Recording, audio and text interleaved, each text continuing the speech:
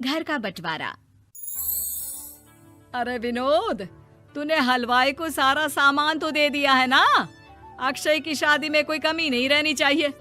आखिर सबसे छोटा भाई है तुम सबका। हाँ माँ, आप चिंता मत करो, मैं पूरा ध्यान रखूंगा। मंगल बेटा, तूने तो कहा था कि फूल का ऑर्डर दे दिया है, यहाँ तो फूल पहुँचे ही नहीं। अब क्या बहू की विदाई के बाद फूल आएंगे? माँ, मैंने अभी बात की है फूल वाले से, वो रास्ते में ही है। आप किशोर भैया से क्यों नहीं कहती कुछ करने को? किशोर पहले ही मेरे बताए काम कर रहा है। पास के सभी रिश्तेदारों और मोहल्ले वालों को कार्ड वही तो देकर आया था। रिसेप्शन के लिए हॉल भी उसी ने बुक किया था। टेंट कुर्सी वालों को भी तो वही देख रहा है। पर कई मोहल्ले वाले तो हमारे भरे पूरे परिवार से जलते भी हैं। उन्हें बुलाने की क्या जरूरत थी? बेटा, शादी ब्याह में तो बुलाना ही पड़ता है, नहीं तो लोग क्या कहेंगे। दादी दादी देखो ना, हलवाई अंकल हमें लड्डू नहीं दे रहे, आप इनको डांटो ना। अरे चैन सुख दे देना बच्चों को लड्डू, क्यों तंग कर रहा है इन्हें? बीबी जी, मैं कहाँ मना कर रहा हूँ, लेकिन लड्डू बनते ही ये बच्चे उठा उठा कर खा लेते हैं। अरे मैं तो इन्हें थाल में रख के परोस भी नहीं पा रहा। भागो, अब कोल्ड ड्रिंक पीने चलते हैं। भागो भागो, अब कोल्ड ड्रिंक पीने चलते हैं। जैसे कि आप देख रहे हैं, आज इस घर के सबसे छोटे बेटे अक्षय की शादी है। घर में बहुत चहल पहल है। कुलभूषण की बीवी कमला को फुर्सत ही नहीं है कामों से, लेकिन कुलभूषण और घर के बाकी लोग कहाँ हैं? आइए देखते हैं। अजी, आप यहाँ आराम से बैठकर गाने सुन रहे हो और घर में अभी तक इतने काम बचे हैं करने को। अरे भाई, मेरे सबसे छोटे बेटे की शादी है, इसके बाद तो मैं अब चिंता मुक्त हो ही जाऊंगा। और फिर घर में तुम हो, बेटे बहुएं हैं, तुम लोगों के होते हुए मैं क्यों काम करूं? मैं तो शान से बेटे की शादी में जाऊंगा तैयार होकर। अरे ठीक है, अब आप आराम ही कीजिए। एक बार अभिषेक की बीवी आ जाए, फिर मैं भी आराम करूंगी और मेरी चारों बहुएं पूरे घर की जिम्मेदारियां संभाल लेगी। इतना कहकर कमला वापस अपने काम में लग जाती है। बेटा भी, तू अब तक तैयार नहीं हुआ? किससे बात कर रहा है फोन पर? तैयार कैसे हूँ? सैलून जाने से तो आपने मना किया है, क्योंकि मुझे हल्दी लग चुकी है। भाभीयों को देखो, सुबह से पार्लर में है।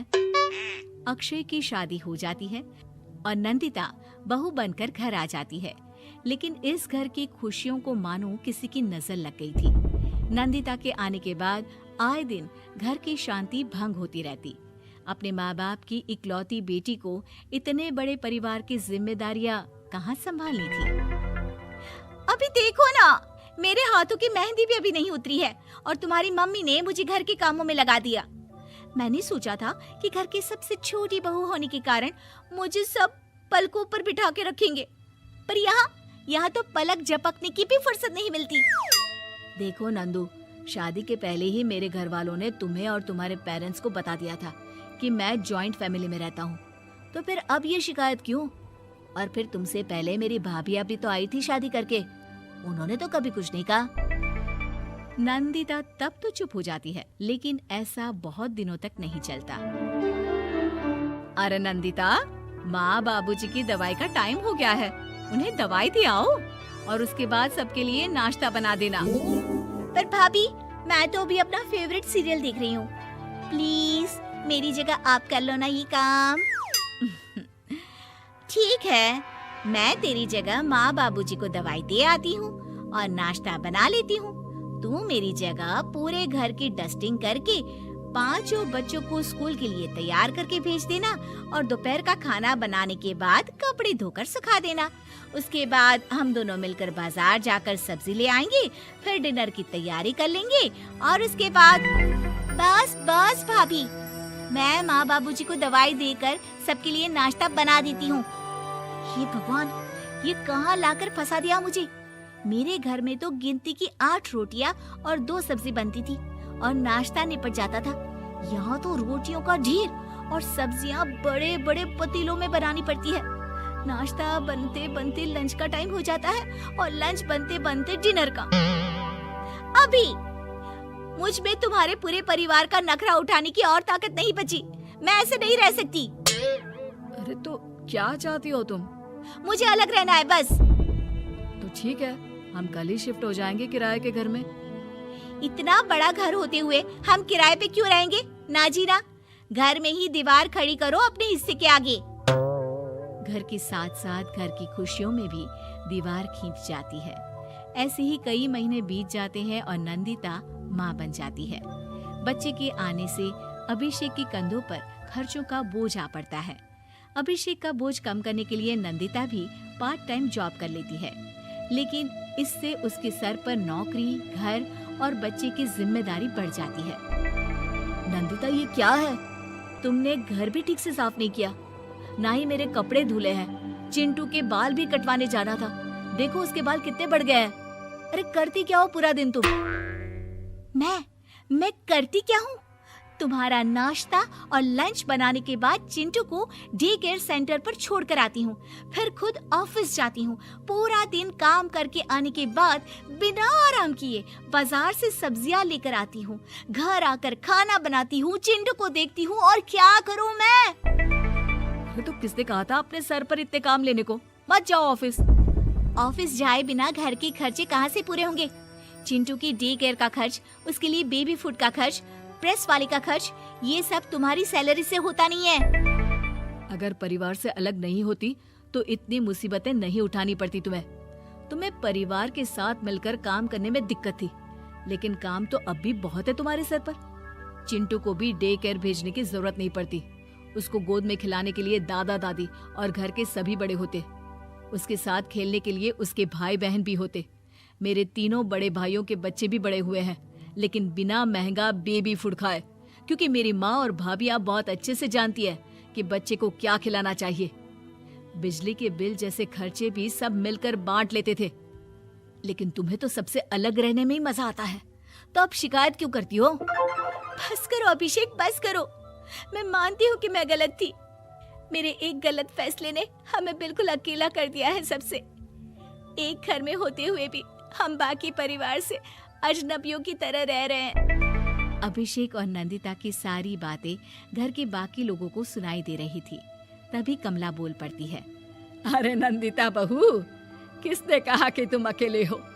तुम्हारा इतना भरा पूरा परिवार है ना तुम्हारे साथ। हम तो बस ये चाहते थे कि तुम अपनी गलती समझ जाओ। अगर हम तुम्हें समझाते तो शायद तुम ना समझती, लेकिन अपनी गलती का एहसास तुम्हें खुद हो गया है, तो अब तुम समझ चुकी हो परिवार में एक साथ रहने का मोल क्या होता है। मम्मी जी, मुझे माफ कर दीजिए, अब ऐसा दोबारा कभी नहीं होगा। अरे माफी बाद में, पहले मेरा पोता जरा मेरी गोद में तो दे, और तू जाकर सबके लिए चाय बना ला।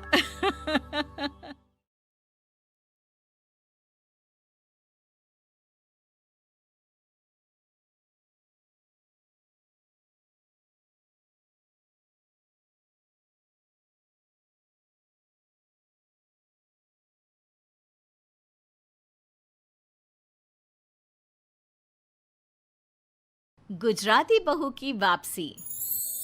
ले लो, अरे ले लो गजरा लेंगा, ले लो डांडिया, ले लो। अरे बहू, ये क्या लगा रखा है?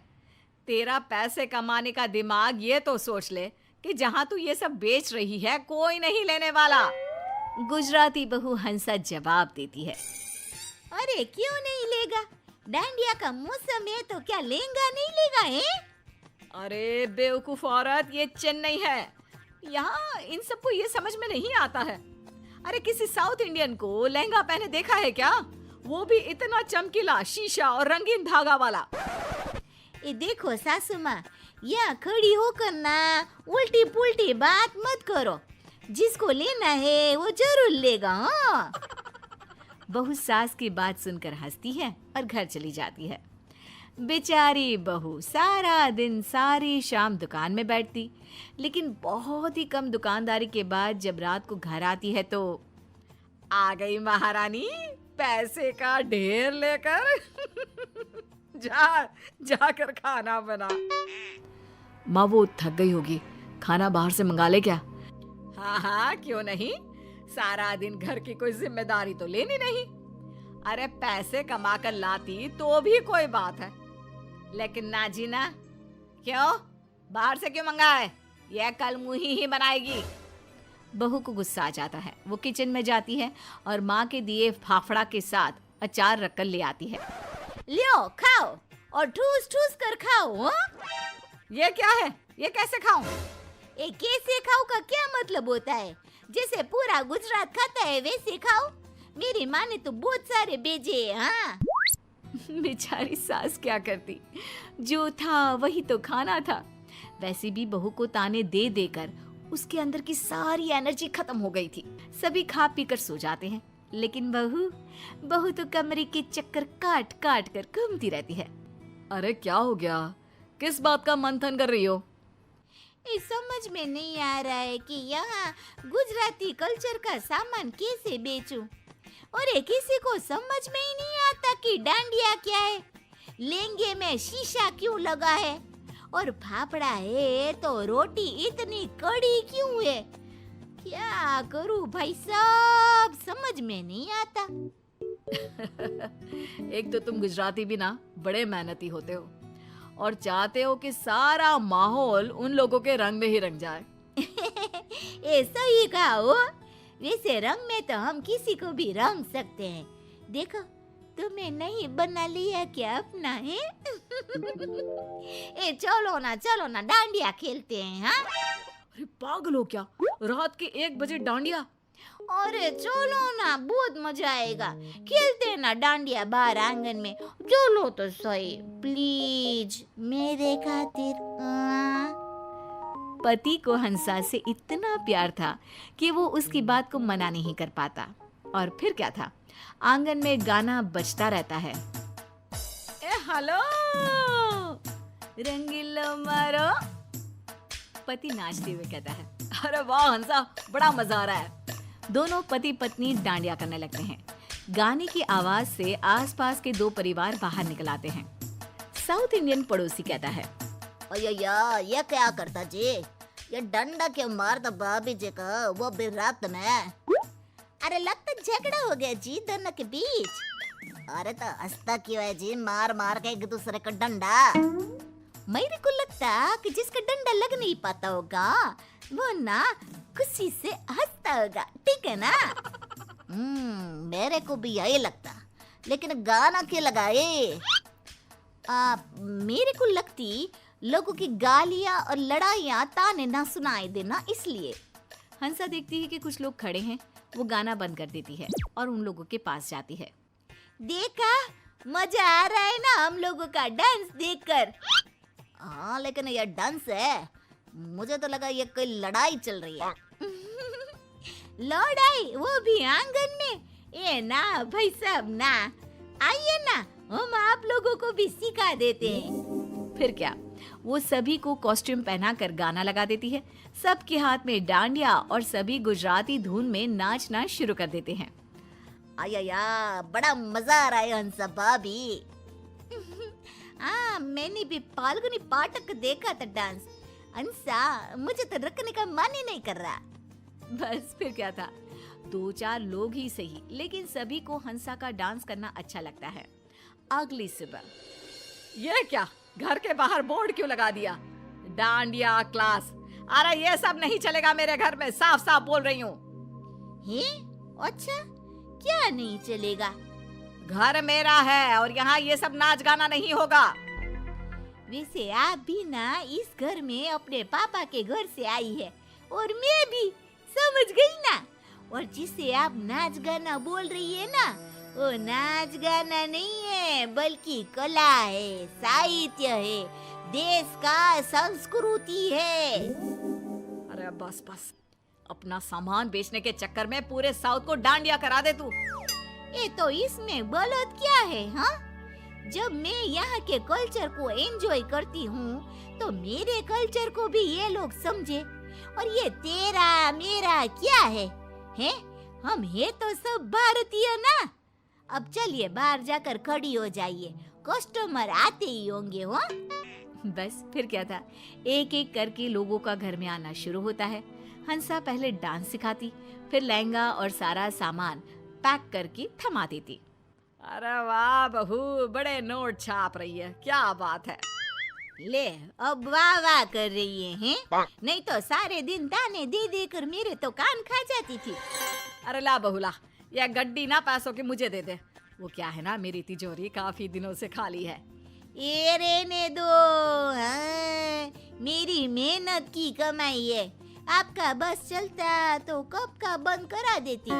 नहीं जी नहीं, मैं कुछ नहीं देने वाली आपको। हाँ। सास को बहू पर गुस्सा आ जाता है। अच्छा, तो ये चला कि मेरे घर को धर्मशाला बना दिया और पैसे के नाम पर ठेंगा। रुक, बताती हूँ तुझे। एक रोज सास चुपके से सारे लहंगे काट देती है और डांडिया में कील लगा देती है, फाफड़े में चींटी डाल देती है और खुश हो जाती है। अब पता चलेगा चालाकी देवी से पंगा लेने का क्या हर्ष होता है। एक कस्टमर, हंसा भाभी ये देखिए, ये लहंगा मैं कल पैक करके ले गई थी। अरे लहंगा फटा था, सबके सामने मेरी बेइज्जती हो गई। थोड़ी देर में दूसरी, अंसा ये डांडिया, इसमें तो कील निकली हुई थी। मेरी बेटी के हाथ से ना खून ही खून आ रहा है। तभी तीसरी, ये फाफड़ा छी छी छी छी, पूरा चींटी से भरा। इससे तो अच्छा हमारा इडली डोसा। ना जी ना, हमको कुछ नहीं चाहिए। बहू परेशान हो जाती है और रोने लग जाती है कि कितनी मेहनत से सारा बिजनेस जमाया था, एक पल में ही सारा धरा का धरा रह गया। तभी सास आ जाती है। अब आया ना मजा, कहा था गड्डी दे दे, मैं रख देती हूँ तिजोरी में, लेकिन नहीं, भुगत अब। सास की बात सुनकर हंसा समझ जाती है कि ये सब तो सास का किया हुआ खेल था। ये आपने ठीक नहीं किया हो, मैं भी बदला लूंगी। ले ले, क्या बदला लेगी? देख बहू, तेरे साथ मैं सारा दिन तेरे काम में लगी रहती हूँ, तेरे कस्टमर को सामान दिखाती हूँ, बेचती हूँ, सारा दिन घर पर फाल्गुनी पाठक के गाने सुनती हूँ। अरे मेरी नींद भी डिस्टर्ब हो रही है, घर की तो शांति खत्म हो गई है। तू तो पैसे कमाकर खुश है, मुझे क्या मिला बोल। अब बहू को सास की बात सही लगती है। ए माफ कर दीजिए माँ जी, मैं समझ गई हूँ कि ये काम हम दोनों के मिलकर किए बिना नहीं होगा। आज से पैसे की गड्डी आपकी, बस।